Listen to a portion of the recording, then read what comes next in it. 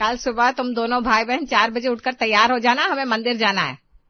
मैं तो हो जाऊंगा, लेकिन खुशबू का पता नहीं, मुझे नहीं लगता महारानी सुबह उठ भी पाएगी।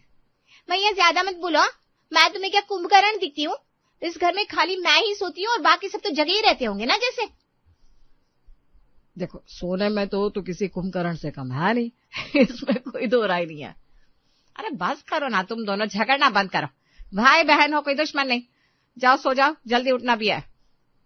ये बात मम्मी आप भैया को समझाइए ना, मुझे क्यों बोल रही हैं आप? खुशबू विशाल को मुंह चिढ़ाकर अपने कमरे में भाग जाती है। विशाल हंसते हुए कहता है, बिल्कुल जंगली बिल्ली है वैसे मम्मी आज हमें इतनी जल्दी मंदिर क्यों लाई हो? मैंने भगवान से मन्नत मांगी थी कि तेरे भाई को नौकरी लग जाएगी तो मैं पूरे परिवार के साथ आऊंगी सुबह की पहली आरती में। और देखो, माँ ने मेरी सुन ली। भैया वो तो तुम पूरे कंजूस, ये नहीं कि अपनी बहन को कुछ दो जॉब लगने की खुशी में। मुझे तो छोड़ो, मम्मी को भी कुछ नहीं दिया। बेचारी मेरी माँ इतना करती है सबके लिए। अभी तक सैलरी कहाँ आई है? 1 महीना तो पूरा होने दे, जो लेगी वो दिला दूंगा तुझे। और रही बात मम्मी की, तो जो मेरा है वो सब मम्मी का ही तो है। अरे पहले पूजा कर लो, फिर ये सब बहसबाजी करते रहना। खुशबू आदत से लाचार खुसुर पुसुर करती रहती है और धीरे से विशाल से कहती है, कौन भला इतनी सुबह को आता है? अरे पूरा मंदिर भरा पड़ा है, तो ये सब लोग पागल है क्या? चल चुपचाप से पूजा कर। इतने में एक लड़की ब्लू रंग का सूट पहने वहां आती है। विशाल की नजरें उस पर टिक जाती है। एक टक विशाल उसे देखता ही जाता है और आरती शुरू होती है। भैया अभी तो मुझे बड़ा ज्ञान दे रहे थे, पूजा करने दो, चुप रहो, और खुद क्या कर रहे हो? जानते हो क्या इस लड़की को? अरे नहीं भाई, मैं नहीं जानता हूँ किसी को। तो फिर घूर क्यों रहे हो? अरे मैं कोई नहीं घूर रहा हूँ, अब मुझे यही काम है क्या? कुछ भी बोलती है। तुम दोनों अपना मुंह बंद रखोगे, पूजा करने दो। पूजा करके चारों वापस जाने लगते हैं और उनके साथ साथ वो ब्लू सूट वाली लड़की भी मंदिर से बाहर आती है। विद्या की नजर भी उस लड़की पर पड़ती है तो कहती है, लड़की है तो बहुत सुंदर, अपने विशाल के लिए ऐसी लड़की लाऊंगी मैं, सुंदर की सुंदर और मॉडर्न की मॉडर्न। भाई नसीब में जो लिखी होगी वही आएगी। श्याम अपने परिवार के साथ घर चला जाता है। दिन इसी तरह बीतने लगते हैं। फिर एक रोज विशाल अपने ऑफिस से शाम को घर आ रहा था। रास्ते में उसकी नजर पूजा पर पड़ती है और उसे देखकर वो वहीं रुक जाता है। क्या लगती है यार, मन करता है बस उसे देखता ही रहूं सुबह शाम। विशाल के साथ जो उसका दोस्त होता है वो उसे देखकर कहता है, अरे ओ मजनू की औलाद, चलना नहीं क्या? अरे रुकना थोड़ी देर। तू ही देखता रहे, मुझे तो घर जाना है। पता चला तेरे चक्कर में मैं भी पिट गया। विशाल जाने को राजी नहीं होता, लेकिन उसका दोस्त उसे खींच कर ले जाता है। रात भर विशाल की आंखों के सामने वो लड़की घूमती रहती है। इससे शादी हो जाए तो जिंदगी बदल जाएगी, पर नाम तक पता नहीं है इसका मुझे। इस बार कहीं मुझे देख गई ना तो नाम तो पता करके रहूंगा। विशाल का मन कहीं नहीं लगता। एक रविवार विशाल गुमसुम होकर पड़ा रहता है। तभी विद्या उससे कहती है, बेटा आज शाम को शादी के लिए चल रहा है ना, जाकर अपनी दाढ़ी मुझे बनवा। मम्मी मैं कहीं नहीं जा रहा हूँ, मेरा मन नहीं है जाने का। अरे ऐसा क्यों बोल रहा है बेटा, चल ना। क्या हुआ, कोई बात है तो अपनी माँ को बता, इतना मायूस क्यों है? अरे मम्मी मैं बताती हूँ, भैया को इश्क हो गया है अब ये रोग है पुराना तो जरा देर तो लगेगी। तू चुप कर, कुछ भी बोलती रहती है। हाँ मैं कुछ भी बोलती हूँ, बाद में पता चलेगा तो मुझे मत कहना। अरे मेरी बात का बुरा क्या मानती है? अच्छा बताना क्या बात है, ये तो कुछ बोल ही नहीं रहा है। वो उस दिन मंदिर में लड़की नहीं दिखी थी हमने ब्लू सूट वाली, भैया का दिल आ गया है उस पर, भैया उसी की यादों में खोया हुआ है। बेटा ऐसी बात है तो उसी से तेरी शादी करवा देंगे। अरे मम्मी मुझे क्या पता कौन है वो, कहाँ रहती है। भैया चलो ना, शादी में कहीं वो मिल गई तो। हाँ बेटा चल ना, घर बैठे से मायूस होने से लड़की का पता तो नहीं चलेगा ना। जा जाके दाढ़ी मुझ बनवा, आज मिल ही गई तो क्या होगा है? विशाल खुशबू और विद्या के कहने पर शेविंग करने जाता है। फिर रात को बढ़िया से सूट बूट पहनकर तैयार हो जाता है और बाकी सबके साथ शादी में पहुंच जाता है। शादी में पहुंचते ही खुशबू की नजर पड़ती है पूजा पर और वो विशाल से कहती है, भैया वो देखो चाउमीन के काउंटर पर वही लड़की खड़ी है। अच्छा हुआ ना तू आ गया हमारे साथ। वो मम्मी मैंने ही कहा था। हाँ भाई हाँ, तूने ही कहा था। जाओ अब खड़े खड़े देख क्या रहे हो, चाउमीन के काउंटर पर जाकर उससे बात करने की कोशिश करो, जाओ। बच्चों के साथ तुम भी पगला गई हो। अरे धीरे बोल लो, कोई सुनेगा तो क्या ही कहेगा। आपका तो बस एक ही है, हर जगह चुप रहो चुप रहो।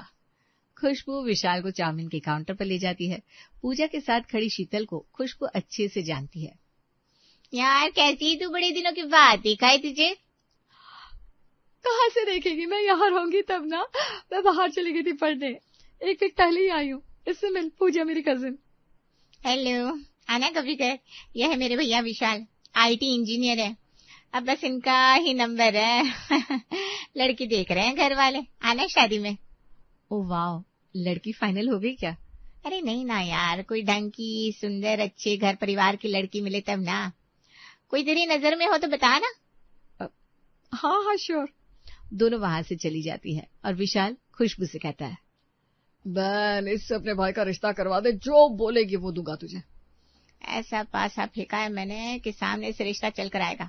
लेकिन याद रखना, शादी होने के बाद अगर मेरा कहा मुझे नहीं दिया गया तो जैसे शादी करवाऊंगी ना वैसे तुड़वा भी दूंगी। अरे तू बोले तो स्टैम्प पेपर पर लिखवा दो क्या? पार्टी एंजॉय करके सब अपने अपने घर चले जाते हैं और घर जाते ही विशाल, खुशबू और विद्या आपस में बातें करने लगते हैं। तो कहे विशाल, तो डायरेक्ट बात चलाऊं क्या?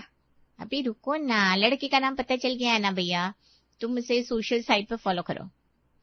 उधर शीतल अपने घर में खुशबू और उसके भाई के बारे में बताती है। सुनती ही उसके पापा कहते हैं, श्याम भाई अपने बेटे के लिए लड़की देख रहे, मुझे पता ही नहीं। कल ही पूजा के लिए उनसे बात करता हूँ। अगले दिन सुबह जब सब नाश्ते के टेबल पर होते हैं, शीतल के पिता का फोन श्याम को आता है। मैंने सुना है विशाल के लिए लड़की देख रहे हैं आप। हाँ देख तो रहा हूँ। मेरी भतीजी पूजा बहुत सुंदर और संस्कारी है, एक बार उसे देख लेते हैं। आपके घर जाएगी तो देखना आपका बेटा जाते ही दुगना कमाने लगेगा। जी ठीक है, मैं सबसे बात करके आपको बताता हूँ। श्याम का फोन रखते ही विद्या उससे कहती है, अरे देखना क्या है, अब सीधे रिश्ता पक्का कर दो। इतनी जल्दीबाजी किस बात की है? शक्ल देखकर दोनों माँ बेटे पगला रहे हो। सूरत से ज्यादा सीरत मायने रखती है। एक बार मिलकर लड़की से बातचीत करेगी तो पता चलेगा कैसी है। अरे शीतल को तो बचपन से जानते हैं, उसकी कजिन है तो अच्छी होगी। आप फोन करके रिश्ते के लिए हाँ कर दो। ठीक है भाई, मुझे क्या है, कुछ होगा तो समझना तुम्हें ही है।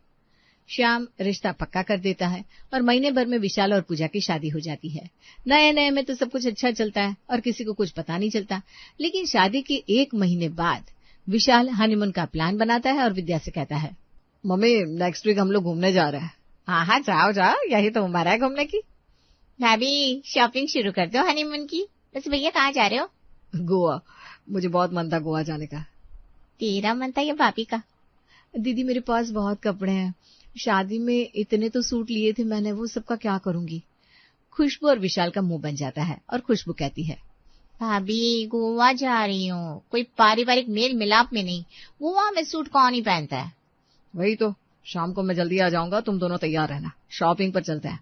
वरना ये बहन जी बनकर चली जाएगी गोवा, मेरी इज्जत का कचड़ा हो जाएगा। कैसी बात कर रहे हैं आप दोनों? मुझे सूट और साड़ी ही अच्छी लगती है, शरीर ढका ढका रहता है। दोनों भाई बहन माथा पकड़ लेते हैं और शाम को पूजा को लेकर शॉपिंग पर जाते हैं। खुशबू एक शॉर्ट स्कर्ट लाकर पूजा को ट्राई करने देती है।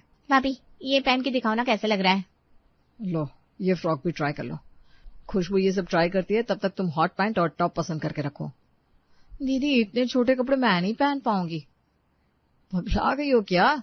तो वहां क्या घूंघट लेकर जाओगी? भाभी नाटक मत करो, जाओ ना ट्राई करो। खुशबू जबरदस्ती पूजा को ट्राई करने भेज देती है। इधर विशाल खुशबू से कहता है, शीतल इतनी मॉडर्न है तो ये सिर्फ बहन जी टाइप क्यों बातें कर रही है? अरे भैया हो सकता है भाभी खुद को मॉडर्न शो ना करना चाह रही हो। नहीं है ना, तभी उसे लगता होगा कि वो खुद को मॉडर्न दिखाएगी तो हम लोग क्या ही सोचेंगे। हाँ ऐसा ही हो तो अच्छा है, वरना मैं तो पागल हो जाऊंगा इस गांव वाली से। खुशबू ट्रायल रूम के अंदर से पूजा के सारे कपड़े देखती है और फिर शॉपिंग करके तीनों घर वापस चले जाते हैं। इधर पूजा दुखी हो जाती है और मन ही मन कहती है, दीदी ने जो कपड़े पसंद किए हैं वो कपड़े मैं लेके तो जाऊंगी, लेकिन पहनूंगी नहीं। मैं तो अपना सूट ही पहनूंगी। आधे कपड़े पहने हुए लोग मुझे नहीं पसंद, और मैं खुद ऐसे कपड़े कैसे पहन सकती हूँ। जाने के 1 दिन पहले खुशबू पूजा की पैकिंग चेक करती है। भाभी आपने वो सारे कपड़े रख दिए ना जो मैंने और भैया ने पसंद किए थे? हाँ दीदी। पूजा पैकिंग देखती है, कपड़े सारे रहते हैं बैग में। अगले दिन विशाल और पूजा गोवा के लिए निकल जाते हैं। गोवा पहुंचते ही विशाल होटल के कमरे में जाकर पूजा से कहता है, पूजा तुम तैयार हो जाओ, हम बीच पे चल रहे हैं, और वो शॉर्ट फ्रॉक ही पहन लेना। जी। पूजा एक रेड कलर का सूट पहनकर खड़ी हो जाती है। सूट देखकर विशाल का दिमाग गर्म हो जाता है। तुम्हारा दिमाग तो ठीक है ना? क्या पहना है तुमने? इस तरह से मैं तुम्हें लेकर नहीं जा रहा हूँ, जाओ चेंज करके आओ। मैं वो कपड़े नहीं पहनूंगी, आधे कपड़े मुझसे पहने नहीं जाएंगे, मुझे शर्म आती है। इतने में विशाल को उसकी फ्रेंड का बैक टू बैक कॉल आने लगता है और दिमाग गर्म होने के कारण वो फोन साइलेंट कर देता है। ये बार बार आपको फोन बज रहा है, उठा लीजिए ना। नहीं उठाना मुझे। लाओ मैं ही रिसीव कर लेती हूँ। पूजा विशाल के हाथ से फोन ले लेती है और देखती है किसी लड़की का फोन आ रहा है। ये लड़की कौन है जो तुम्हें इतनी बार फोन कर रही है? स्कूल फ्रेंड है मेरी। ये कोई फ्रेंड तो नहीं लग रही, जरूर तुम्हारा इससे अफेयर चल रहा होगा। हाँ मुझे यही काम है ना बस। पूजा विशाल का पूरा फोन चेक करती है और कहती है, इतनी सारी लड़कियों से आप बात करते हो, क्या जरूरत है आपको इन सबसे बात करने की? तुम्हारा दिमाग तो ठीक है ना, गवार जैसी बातें क्यों कर रही हो? हाँ ये सब मेरे साथ काम करती है तो बातें नहीं होंगी क्या उससे?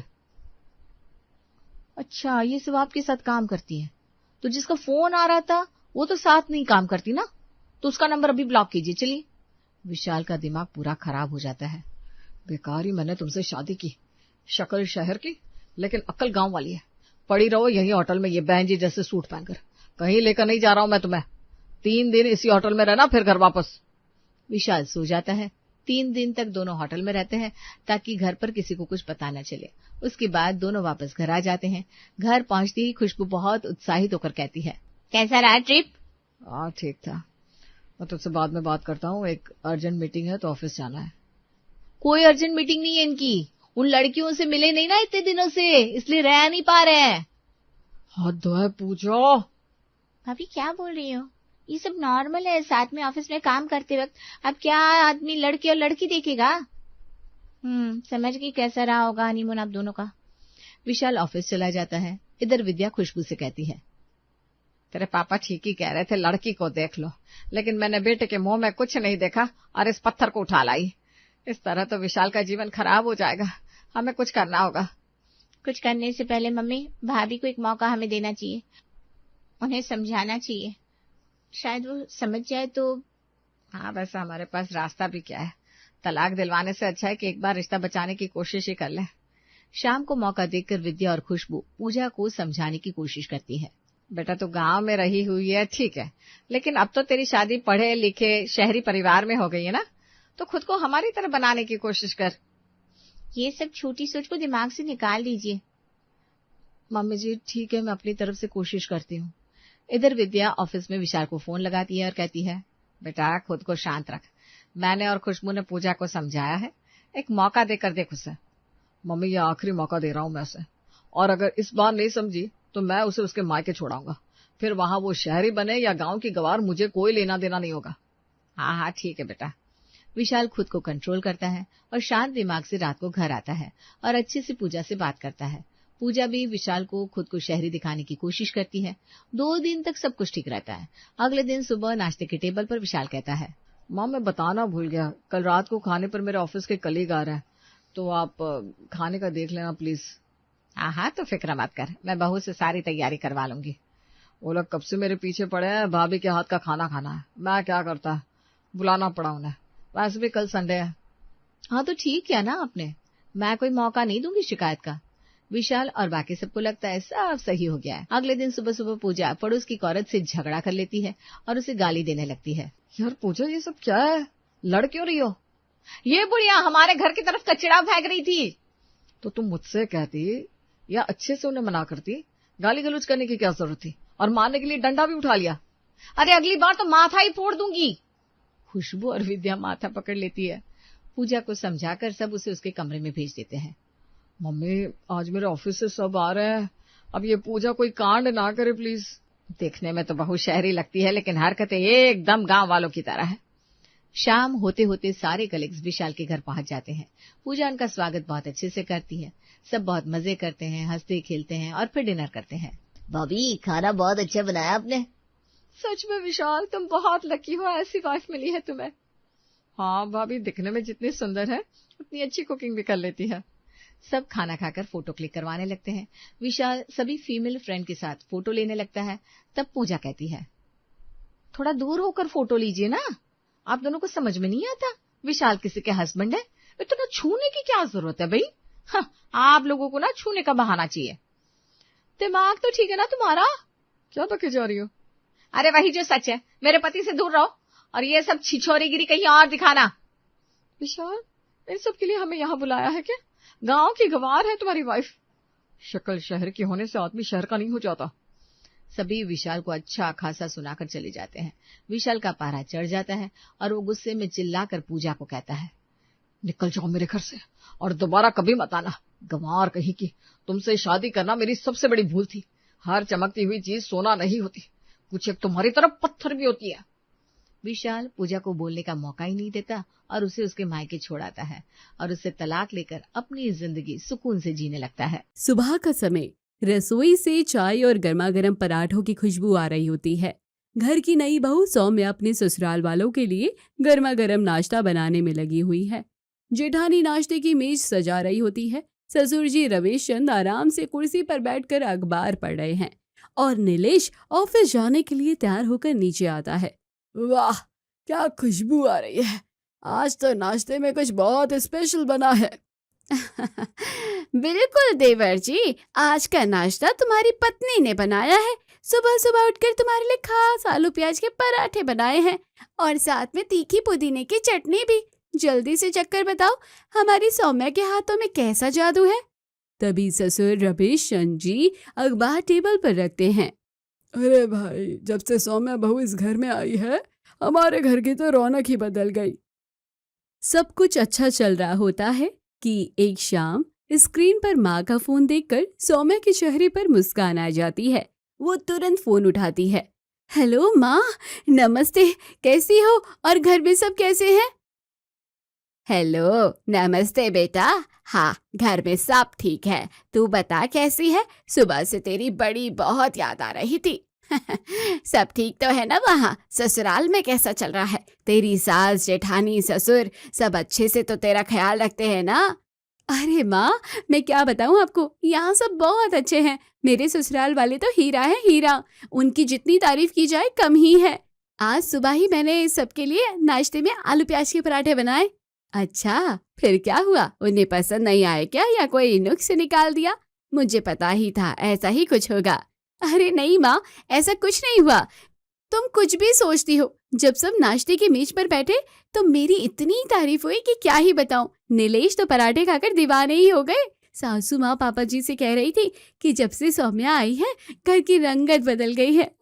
और मेरी जेठानी जी, वो तो इतनी अच्छी है, सगी बहन जैसी। हर काम में मेरी हेल्प कराती है। सुबह मेरी मदद कर रही थी, पर मैंने कह दिया कि आज आप आराम करो। माँ, मुझे तो इतना प्यार मिल रहा है कि मुझे पल भर के लिए भी मायके की याद नहीं आने देती। बेटी सौम्या की बातें सुनकर अचानक माँ के भाव ही बदल जाते हैं। बड़े सख्त और कड़े गंभीर लहजे में वो बोलती है, अच्छा, सब तेरी इतनी तारीफ कर रहे हैं और तू इस तारीफ में इतनी फूल गई कि तुझे समझ ही नहीं आ रहा कि तेरे साथ क्या खेल खेला जा रहा है। खेल? कैसा खेल माँ? क्या कह रही हो? मुझे कुछ समझ नहीं आया। अरे बेटी, बहुत सीधी है तू। ये जो तेरी सास जेठानी तेरी तारीफों के पुल बांध रही है ना, ये सब उनकी सोची समझी चाल है। वो अच्छी तरह से जानती है कि नई बहू को तारीफ का चस्का लगाकर झांसे में लाकर पूरे घर के काम में कैसे फंसाया जाता है। तूने जाता ही पूरी रसोई अकेले अपने सिर पर क्यों ले ली? तेरी जेठानी भी तो है ना, तो आधा काम उसे करना चाहिए ना। आज तारीफ करके नाश्ता बनाया जा रहा है, कल को पूरे घर का झाड़ू पोछा और बर्तन भी तेरे ही सिर मर देंगे। अरे नहीं माँ, तुम गलत सोच रही हो। वो लोग सच में बहुत अच्छे हैं। वो सच में मेरा बहुत ख्याल रखते हैं और मेरी सास जेठानी जी काम में मेरी मदद भी करवाती है। चुप कर, बड़ी आई सास जेठानी की तरफदारी करने वाली। अरे दुनिया मैंने भी देखी है, तूने नहीं। कान खोलकर सुन ले सौम्या, अगर शुरू से तू इनके कहने में चलती रही और अपनी धाक नहीं जमाई तो तेरे ये ससुराल वाले तेरे सिर पर चढ़कर नाचेंगे। फिर दिन भर तुझे घर की नौकरानी बना कर रखेंगे। मेरी बात मान, झुकना बंद कर, नहीं तो पूरी जिंदगी दबकर रहना पड़ेगा। सौम्या माँ की बातों से थोड़ी परेशान और सोच में पड़ जाती है और बात को पलटते हुए कहती है, अच्छा माँ ठीक है, मैं जानती हूँ तुम्हें मेरी फिक्र होती है इसलिए ऐसा कह रही हूँ, पर ऐसा कुछ नहीं है। अच्छा माँ, मैं फोन रखती हूँ, बाद में बात करूंगी। लगता है मम्मी जी बुला रही हैं। इसी तरह 2 हफ्ते बीत जाते हैं। जेठानी रचना थकी हुई हालत में सोफे पर बैठी होती है। तभी सौम्या वहां आती है। सौम्या, मेरी तबीयत ठीक नहीं लग रही है। कपड़े मैंने मशीन में धो दिए हैं, प्लीज उनको छत पर सुखा देना। मेरी हिम्मत नहीं है छत पर धूप में जाने की। कहीं सच में तो दीदी बीमार होने का नाटक तो नहीं कर रही ताकि उन्हें खुद धूप में छत पर कपड़े सुखाने ना जाना पड़े। अरे नहीं, नहीं नहीं, मैं भी ना क्या ही सोचने लगी। हाँ, दीदी आपकी तबीयत ठीक नहीं थी तो मुझे बोल देती, मैं कपड़े धो देती। अरे नहीं देवरानी जी, तुम भी सुबह से काम में लगी हो, सोचा कपड़े मैं ही धो देती हूँ। पर अच्छा ठीक है दीदी, लाइए कपड़े की बाल्टी मुझे दीजिए, आप आराम कीजिए। सौम्या कपड़े की बाल्टी लेकर छत पर कपड़े सुखाती है, घर के बाकी के काम निपटाती है। फिर दोपहर में खाने का समय हो जाता है तो खाना भी खुद अकेली बनाती है और सभी घर वालों को खिलाती है।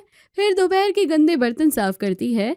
इन सब में वो अकेले काम करते करते थक जाती है। आज तो सुबह से काम करते करते बहुत थक गई, कमर भी दर्द करने लगी। जेठानी जी की तबीयत भी ठीक होती तो थोड़ी हेल्प कर देती। तभी अचानक आसमान में काले बादल छा जाते हैं। शांति देवी सास हॉल में सौम्या को आवाज देती है, अरे सौम्या बहू, मौसम खराब हो गया है, लगता है बारिश होने वाली है, जल्दी से छत से कपड़े उतार लाओ, नहीं तो सब भीग जाएंगे। बस माँ जी, ये 2 बर्तन बाकी है, इन्हें करके फिर ले आती हूँ। तभी सेल पर रखा हुआ फोन बजता है। माँ का कॉल। सौम्या तुरंत कॉल उठाती है। हेलो माँ, और क्या हो रहा है, तू ठीक तो है ना? नहीं माँ, मैं अभी बर्तन धो रही हूँ और जेठानी जी की तबीयत ठीक नहीं है तो छत पर कपड़े सुखाकर आई थी, फिर किचन का काम, दोपहर का खाना बनाकर, फिर सबको खाना खिलाया, अब सबके गंदे बर्तन मांज रही हूँ। देखा, शुरू हो गया ना उनका खेल। तेरी जेठानी कोई बीमार नहीं है, नाटक कर रही है, बीमार होने का नाटक कर रही है ताकि कपड़े सुखाने उसे धूप में ना जाना पड़े। अरे तेरी सास भी तो कपड़े सुखाने जा सकती है ना, सारा दिन पड़ी तो रहती है घर में और तू गधी की तरह काम में लगी रहती है। कान खोलकर सुन ले, झुकना बंद कर, नहीं तो वो लोग तुझे जिंदगी भर नौकरानी बनाकर रखेंगे। सौम्या माँ की बातों में इतनी खो जाती है कि उसके दिमाग से छत पर सूख रहे कपड़ों की बात पूरी तरह से निकल जाती है। तभी अचानक बाहर बहुत तेज बारिश शुरू हो जाती है। उधर हॉल में, माँ जी बारिश तो बहुत तेज शुरू हो गई है, सौम्या लगता है वो बर्तन धोने में भूल गई है कि कपड़े छत पर है, मैं जाकर कपड़े ले आती हूँ, नहीं तो भीग जाएंगे। जेठानी तुरंत दौड़कर छत पर जाती है और भीगे हुए कपड़ों की बाल्टी भर के नीचे लेकर आती है। सौम्या फोन काटकर जैसे ही मुड़ती है, सास शांति देवी किचन में पहुंच जाती है। सौम्या, ध्यान कहाँ है तुम्हारा? रचना बहू को खुद बीमार हालत में जाकर कपड़े लाने पड़े, देखो सारे कपड़े भीग गए हैं। हे भगवान, सॉरी माँ जी, बिल्कुल दिमाग से निकल गया, कपड़े भी लाने हैं। ओह, अरे इसमें रोने जैसी क्या बात है, मौसम का क्या भरोसा, वो तो अचानक बदल गया। लेकिन बहू, घर की जिम्मेदारी में थोड़ा सतर्क रहना पड़ता है। अब देखो ना, तुम्हारी जेठानी को बीमार हालत में खुद कपड़े लेने जाना पड़ा। अगले दिन सौम्या किचन में खाना बनाने के लिए सब्जी काट रही होती है। दूसरी गैस पर दूध उबालने रखा होता है और तभी अचानक दूध उफान के साथ तेजी से निकल जाता है। तभी इतने में जेठानी किचन में पहुंच जाती है और तुरंत गैस बंद कर देती है। ये देख सौम्या का चेहरा लटक जाता है। सॉरी जेठानी जी, वो मैं सब्जी काट रही थी, दूध का ध्यान ही नहीं रहा। उसका उदास चेहरा देख जेठानी मुस्कुरा देती है। अच्छा बस अब मुंह मत लटकाओ, डांट नहीं रही देवरानी जी, समझा रही हूँ कि गृहस्थी में चारों तरफ आँख कान खुले रखने पड़ते हैं। चलो, अब जो बच गया है उसी से सबके लिए बढ़िया सी अदरक वाली चाय बनाकर बाहर हॉल में ले आओ। देवर जी और तुम्हारे जेठ जी भी ऑफिस से आ गए हैं, मैं बाहर जा रही हूँ, तुम जल्दी से चाय लेकर आ जाओ। जेठानी ये कहकर चली जाती है। चाय ले आओ, कड़क वाली, अदरक वाली, जैसे क्या मैं इस घर की नौकरानी हूँ? जब देखो माँ जी जेठानी जी दोनों मुझे सुनाकर चली जाती है, खुद से तो कुछ करती नहीं, बस नुक्स निकालने आते हैं। ससुर रमेश चंद, बड़ा बेटा रोहित और नीलेश, जेठानी, सास शांति देवी सभी एक साथ हॉल में सोफे पर बैठे होते हैं। तभी सौम्या किचन से सभी के लिए ट्रे में चाय लेकर आती है और सभी को पीने के लिए देती है। पापा, इस महीने के घर खर्च के 20,000 माँ के अकाउंट में ट्रांसफर कर दिए हैं, कुछ और चाहिए हो तो बता देना। वो पापा, इस महीने कुछ एक्स्ट्रा खर्चे आ गए हैं, हाथ थोड़ा तंग है, इसलिए मैं इस महीने कुछ नहीं दे पाऊंगा। जैसे ही अगले महीने मेरा अटका हुआ पेमेंट आएगा मैं तुझे वापस कर दूंगा। अरे भैया, इसमें बोलने वाली क्या बात है, आप मेरे बड़े भाई हैं, आप हक से मांग सकते हैं। ये लीजिए, मैंने अभी आपके अकाउंट में 30,000 ट्रांसफर कर दिए हैं, और चाहिए तो बेझिझक बोल देना। वाह भाई वाह, भाई हो तो तुम दोनों जैसे, एक दूसरे की जरूरत में हमेशा ऐसे खड़े रहा करो, दिल को सुकून सा मिल जाता है। सौम्या ये सब देखकर और सुनकर गुस्से में लाल पीली हो जाती है, उसका हाथ साड़ी के पल्लू को कस के पकड़ते हुए। 30,000 दे दिए बिना मांगे? नीलेश ने एक बार भी मुझसे पूछना तक जरूरी नहीं समझा। माँ ने सही कहा था, कमाएगा मेरा पति और ऐश ये बड़ा बेटा और उसका परिवार करेगा। मुझे यहाँ मुफ्त की नौकरानी बनाकर रख दिया है ताकि मेरे पति की जेब हल्की करके खुद मजे उड़ा सके। मैं अपनी गृहस्थी इस तरह बर्बाद नहीं होने दूंगी। अगले दिन सुबह का समय रसोई में जेठानी किचन में सबके लिए नाश्ता बना रही होती है। तभी सौम्या वहां आती है। सौम्या के तेवर अब पूरी तरह से बदल गए होते हैं। देवरानी जी, मैंने सबके लिए नाश्ता बना दिया है, तुम जरा बाहर टेबल पर लगा दो।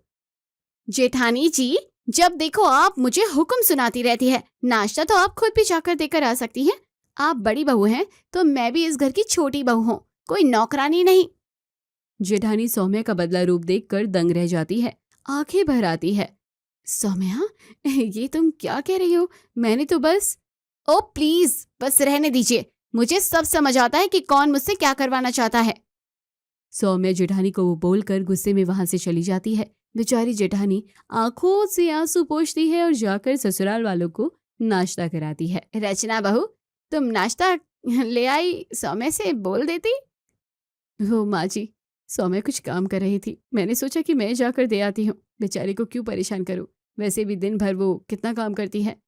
नाश्ता खत्म होने के बाद ससुर जी और जेठ जी उठकर चले जाते हैं।